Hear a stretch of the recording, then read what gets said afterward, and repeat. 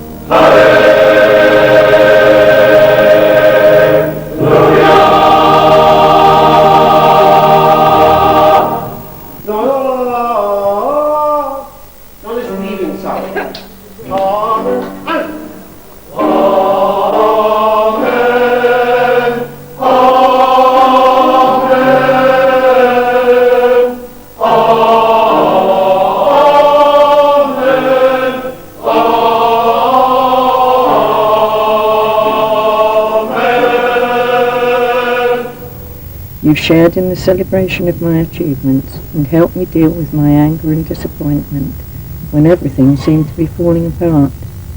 You've been at my side when I felt proud and strong, and you've held me close and listened when I really needed a good cry. We've been through so much since we first fell in love, and still you love me, and that makes me love you even more. Yes, there's only one thing I wouldn't wholly agree with. But those days have come and gone for us, and you still love me. Well, I don't think the days have come and gone. No, that's true. It's a beautiful colour. It is, it's lovely.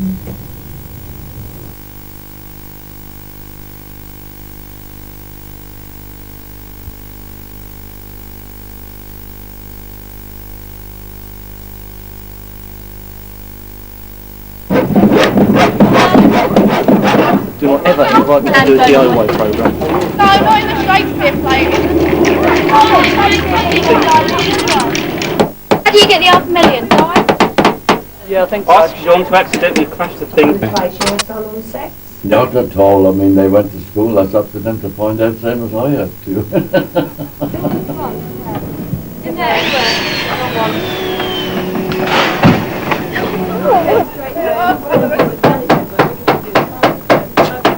but sex wasn't discussed at school when you were there. Oh, good Lord, no. Did you tell your children about sex, Hilda? No.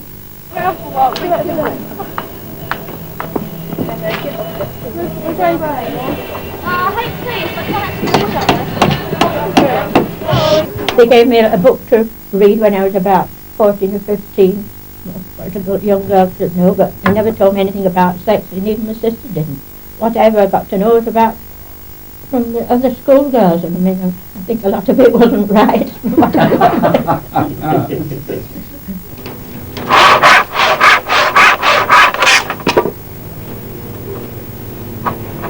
But the youngsters today are far different to what we were brought up, and I think that makes a big difference. Life's so different today.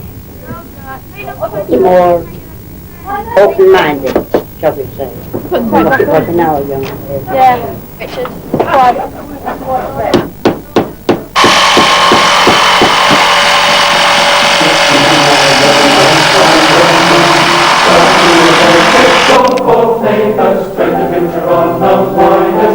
And the voice said, neighbour, there's a million reasons why you should be glad in all four seasons. Hit the road, neighbour, leave your worries and strife. Spread the religion of the rhythm of life. For the rhythm of life is a powerful beat. Puts a tingle in your fingers and a tingle in your feet. Rhythm on the inside, rhythm on the street. And the rhythm of life is a powerful beat. For the rhythm of life is a powerful life. see. Some say love it is a razor that leads your soul to bleed. Some say love it is a hunger, an ever aching need. I say love it is a flower, and you exhaling this. There is nothing like a day, nothing in the world. There is nothing you can name that is anything like a day. In South Wales, Sir John and Lady Herbert, Colbert Park, Abergavenny. I went there as first footman, and she was a kitchen maid. She had lovely black hair, beautiful complexion, and lovely blue and white striped dress, and nice white apron, and it was like that. Anyway, Lady Herbert had to take the dogs out every night, take the menu book in for the cook for her to see what the cook suggested for the following day. She called me in and she said, "Oh, Edward." I said, "Yes, my lady." "I understand, I noticed you're walking Lillian out at night." I said, "Well, I have to take the dogs there." "Well," she said, "I want you to understand," she said, "there's to be no hanky-panky." I said, "I can assure you, madam, there'll be no hanky-panky till the ring's on the finger," and there wasn't.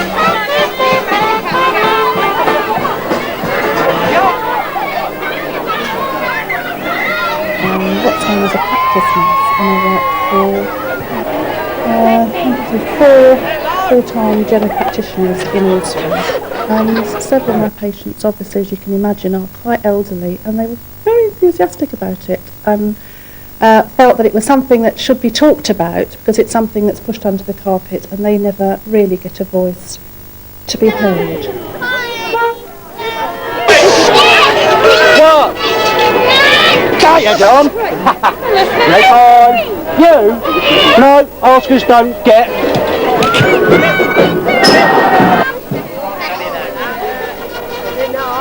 My husband and I had an extremely happy sexual relationship.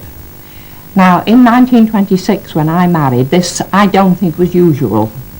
I think women's sexuality wasn't recognised. The sexual act was something that happened in the secrecy of marriage. You weren't prepared for it. You weren't told what was going to happen. Modesty and ignorance were considered to be virtues in those days. But I was a very lucky woman in respect to the fact that my husband's father took him aside and said, "When you marry, please remember that you're going to enjoy sex very much, but you must see to it that your wife enjoys it too. And you'll gain great benefit from this, and your marriage generally will gain benefit from it." Well, my husband adored his father, modelled himself on his father, and he thought that if these words of wisdom came from father, they had to be acted upon. And I think he was very gentle and very kind to me in initiating me into marriage, into the intimacy of marriage. And from my experience of talking to other people, I don't think this has been usual. I think that the idea that women should enjoy sex wasn't common in those days, and we've lived through a century of revolution, and the sexual revolution that's affected the younger people has affected the older people now. And I think we're arriving at the stage when some older people will talk about their experiences in the sexual side of marriage. And I think this is going to be very much to the good, because so many people are going to live in care They're not going to be in control of their own life completely any longer. And I think that social workers must realise that sex, like most other appetites, is for life.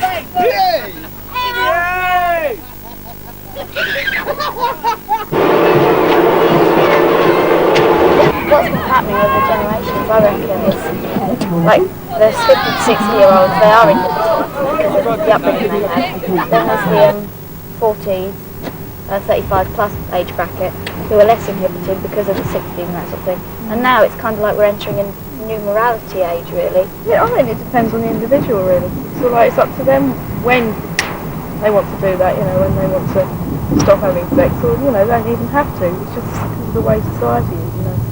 I think they're probably a bit shy, a bit embarrassed about it. A couple have been married for, say, 50 odd years. They still feel the same amount of love for each other that they felt at the start, or it's probably changed them as people, and they feel more affectionate, and there's no reason why they shouldn't go on showing that love in any way they think that they want to.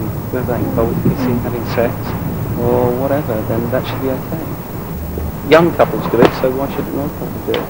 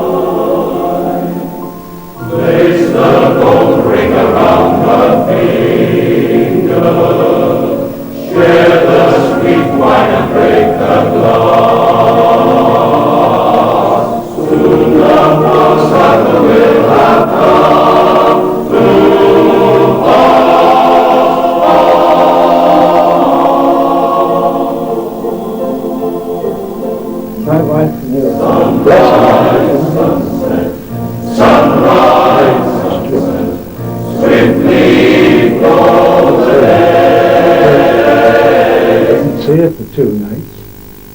She had insisted on dressing and getting into bed and knocking on the wall for me to come in.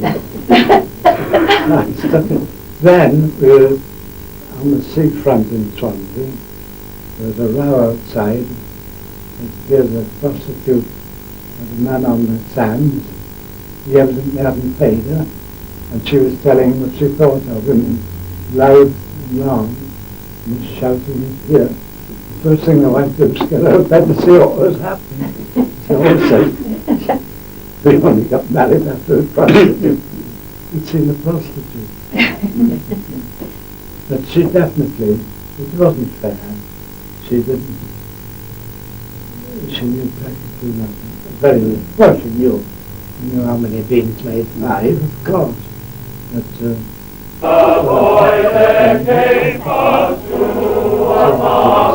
boy, and you tell me if any there be who will give me employ to plow and sow, to reap and mow, and be a farmer's boy, and be a farmer's boy. I really didn't know what I was walking into. I never looked now. My mother said you know what's happened tonight, don't you? Well, not really, you know. I didn't know anything about it. My mother gave me a medical book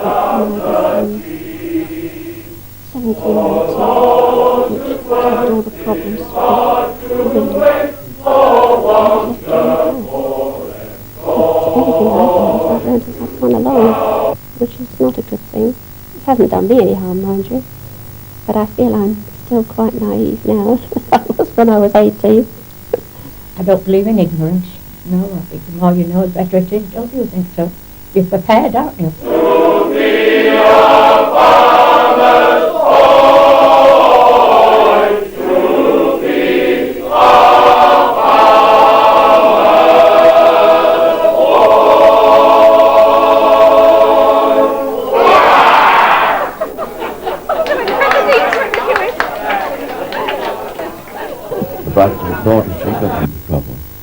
And he got the gun. Oh, there was a terrible thing. He was going to shoot him. He was going to shoot the fellow.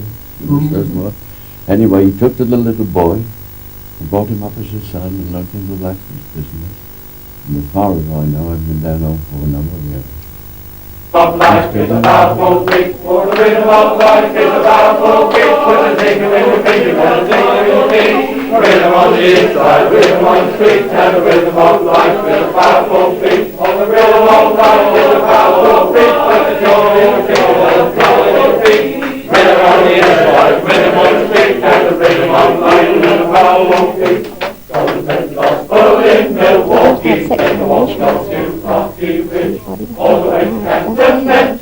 it just wasn't done. Too much afraid of having a baby and all the disgrace that brought upon you. That was what my mother ruled me with, yes. Well, the same applied with the men, I think. I mean, they held back a great deal more than they would have done because they were afraid of getting a girl pregnant. At that time, I was very friendly with a young lad who was courting a girl for years, and they used to indulge in various sexual activities in the front parlour. Mother was out, and he was extremely fond of her. And then when it came to the point of him asking her to marry him, she turned him down flat. And this had a big effect on me. It made me wonder why, because she'd been going around with him for years, and their sexual activity, as far as this man was concerned, seemed to be quite satisfactory. He was obviously anticipating that he would be getting married, but for some reason or another, when it came to getting married, she didn't want him. And then when it came where I was concerned, obviously, as I said before, being an 18-year-old, I was exactly the same as any 18-year-old.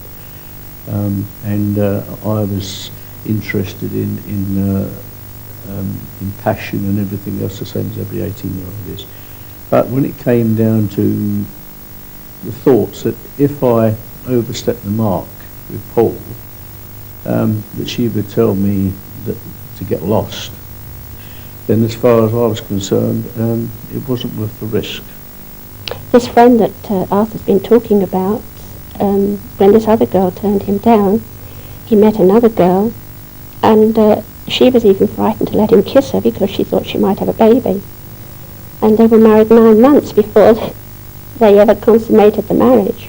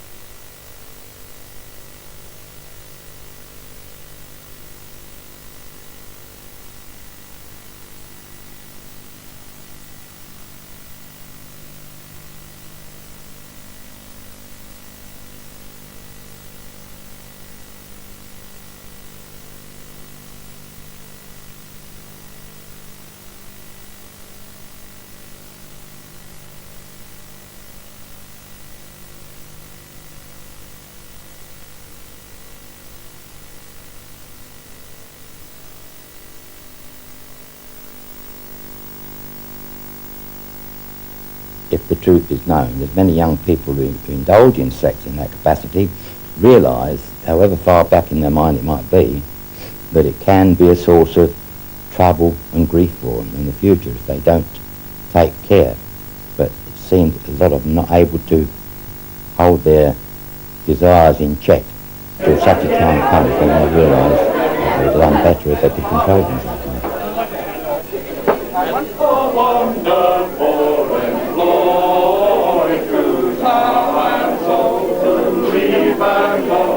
Well, it's like anything really in life. The more difficult it is to obtain, more enjoyable it is when it's received. But, I mean, in my day when I was a boy, it was a luxury and a pure luxury. But nowadays, it's a taken for granted thing because it's obtainable every day of the week at nominal prices. The same thing applies to the enjoyment of sex.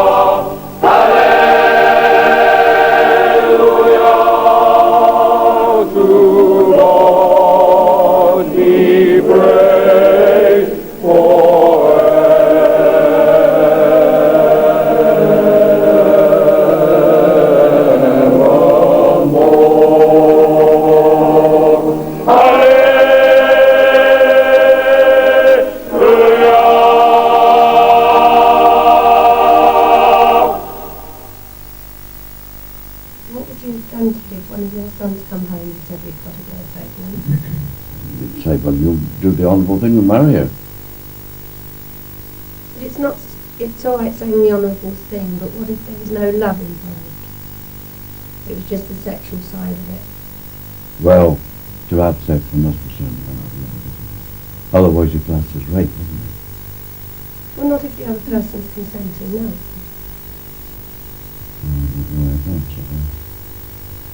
My dad took the attitude that as long as it wasn't under his roof, in his house, he didn't care what I did.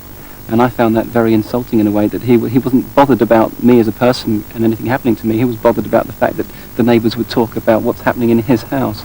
My mum's always been very much more open, and she's willing to talk about it should I wish to talk to her. If I need advice or help, or I need to talk about something in particular, then she's willing to talk to me. But my dad's always taken the attitude that not in my house. I don't care where you do it, but not in my house. Sunrise, sunset, sunrise, sunset, swiftly go the days, seedlings turn overnight to sunrise, blossoming even as we gaze. Sunrise, sunset, People say, what attracts people? I suppose it is a physical attraction. We don't recognise it as such at the time, I don't think. I think what got me, first of all, was her voice, which is far from a physical attraction. And then you know, when you start getting butterflies in the tummy, you know, that's the one for you. And you have a great deal of respect for them.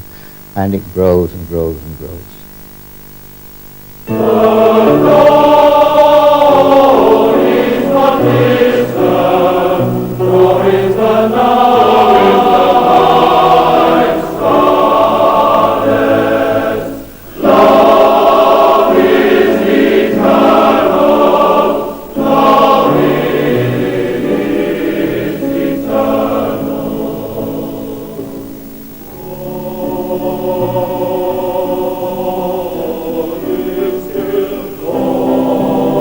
Sex is something that, when you've met somebody you feel you can share your life with, it's one of those pleasures of granted to a couple who are attracted to each other. And to use and enjoy while they are would be obvious with in mind of producing more children. That's the ultimate purpose. And I don't think it's a case of having sex first before you realise you know somebody, like somebody, know somebody enough to want to spend the rest of your life with them. It's the other way around. It's got to be. That's how it should be, rather. Of course, it isn't in this day and age.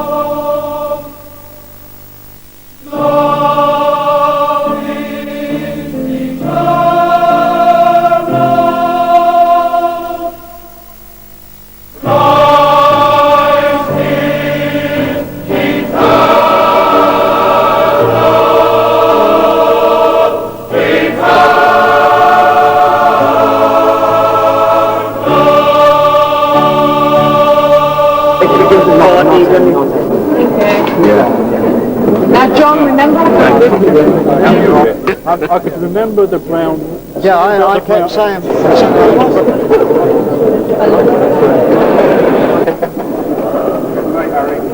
When I was 40, I mean, you didn't really think of anything ever but coming of age. And now, whereas now there are so many girls.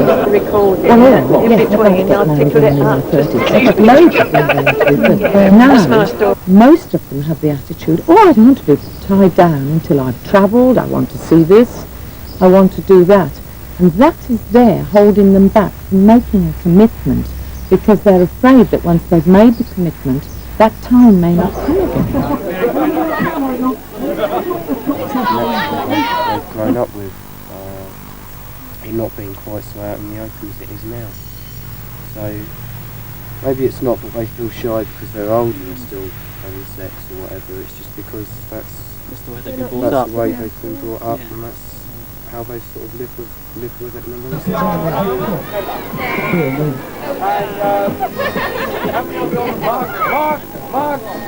I have a grandson, and on the day he was 16 he came to have lunch with his grandpa and me, and we asked him what he'd had for his birthday, and he said, well, Mum gave me a book about the facts of life, and last night she gave it me, and of course I took it to bed and I read the chapter on intercourse. And he said, I was just thinking, do you and Grandpa still do it? Well, Grandpa then was 66 and I was 64. And Grandpa choked on his lunch. And Grandma said, yes, we do. And he said then, well, I'm very glad if I can go on doing it till I'm old as you are. I'll wait till I'm 20 before I have my first effort. And then he said, how long can you go on doing it? Well, we told him that we didn't know about that, but we were very optimistic and we would keep him informed, and we did keep him informed. As a girl, I always thought that just hearing people talk, and to say, I learned everything by listening to people talk. I always thought that once the woman went through the change, the sex life stopped. And I think it must have been because when I was working as a young girl, working with women, and husbands were leaving women around that time, after when the women were getting to sort of 45, 50. I think husbands seemed to be leaving them then, and I put it down to the fact that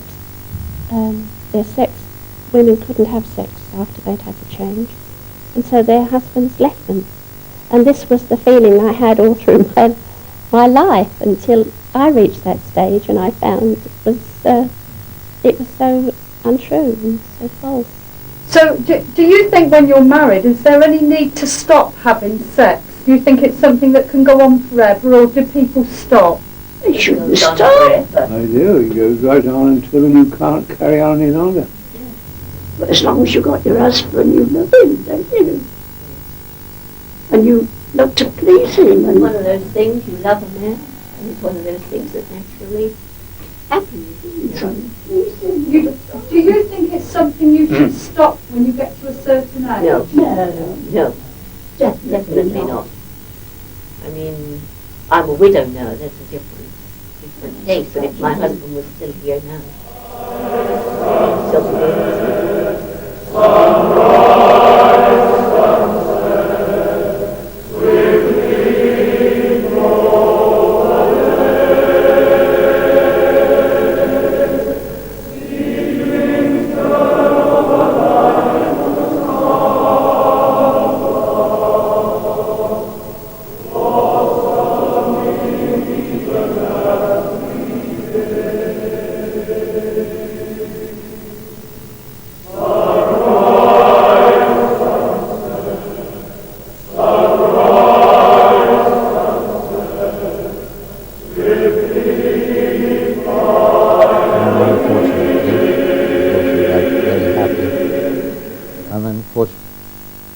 died in 1975.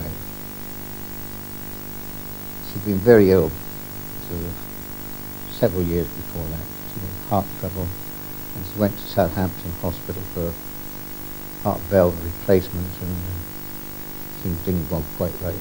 I lost her then. I was devastated, as anyone would be.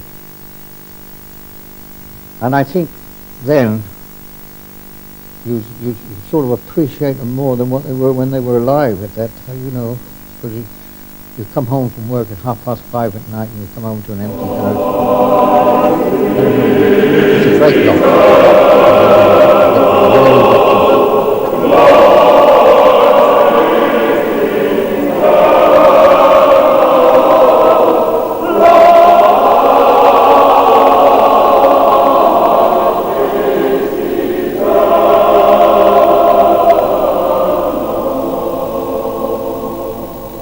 There were occasions when you'd wake up in the night and think she was still there with you in the early days, you know.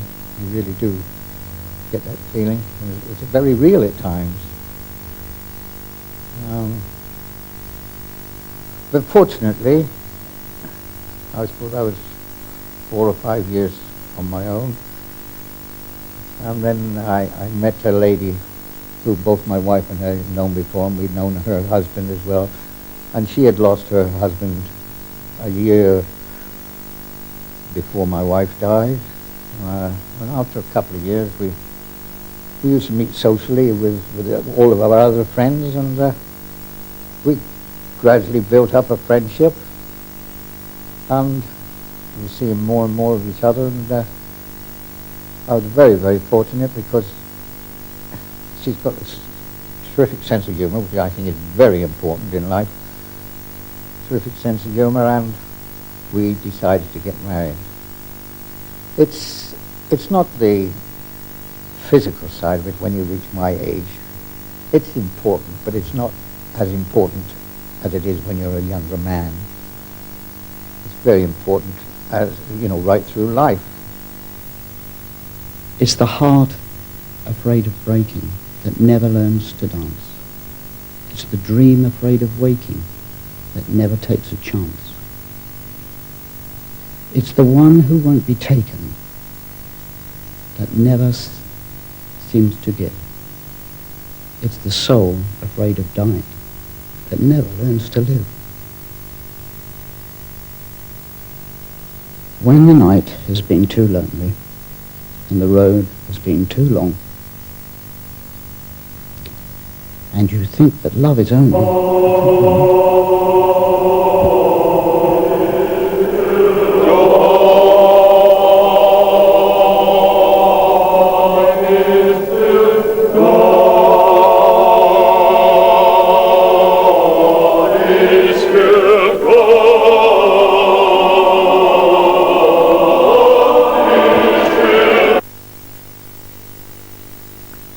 courtship periods were very important because in courtships you could only go so far, and there was what we know as dalliance.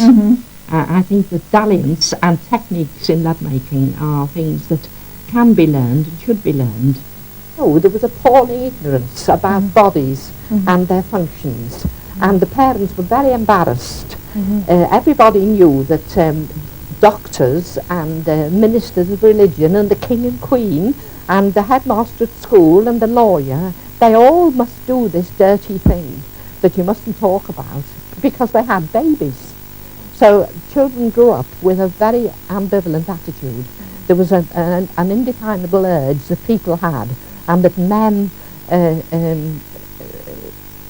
had rights over women's bodies and women should submit. But there was really no idea that it should be a joint, joyful experience. But nowadays, I think that people have a chance to start in an informed kind of way. They do experiment. I don't like the permissiveness, the over-permissiveness of the present-day society, but I think it'll right itself in the end in a more balanced sexual relationship, and happier relationships, whether in marriage or with partners, will result. But that's my feeling about it generally, that the Victorian prudishness was a dreadful mistake in the development of sexual experience for men and women, and we've got to live it down.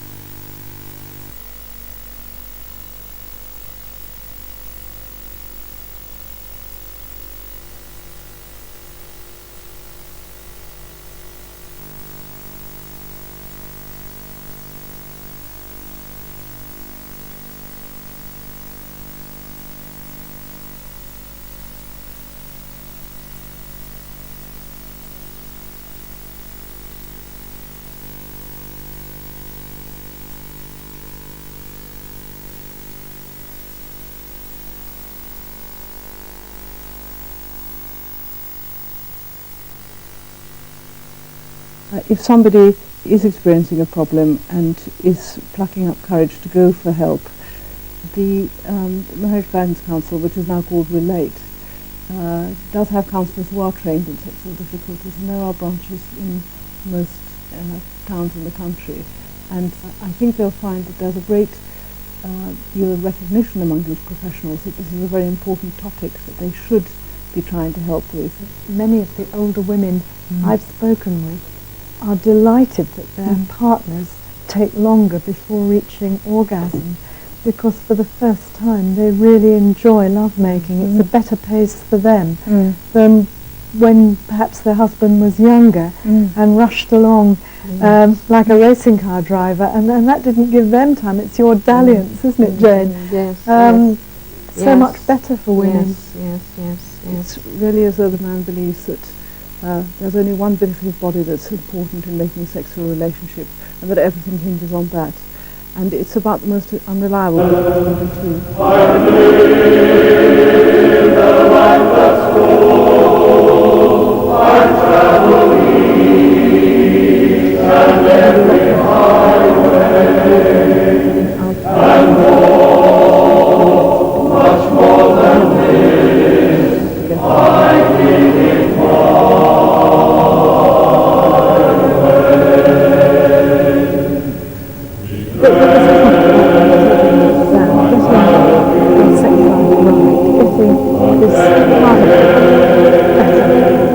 About having fun and enjoyment, and if it doesn't go right for a while, then it's not the end of the world, and to be able to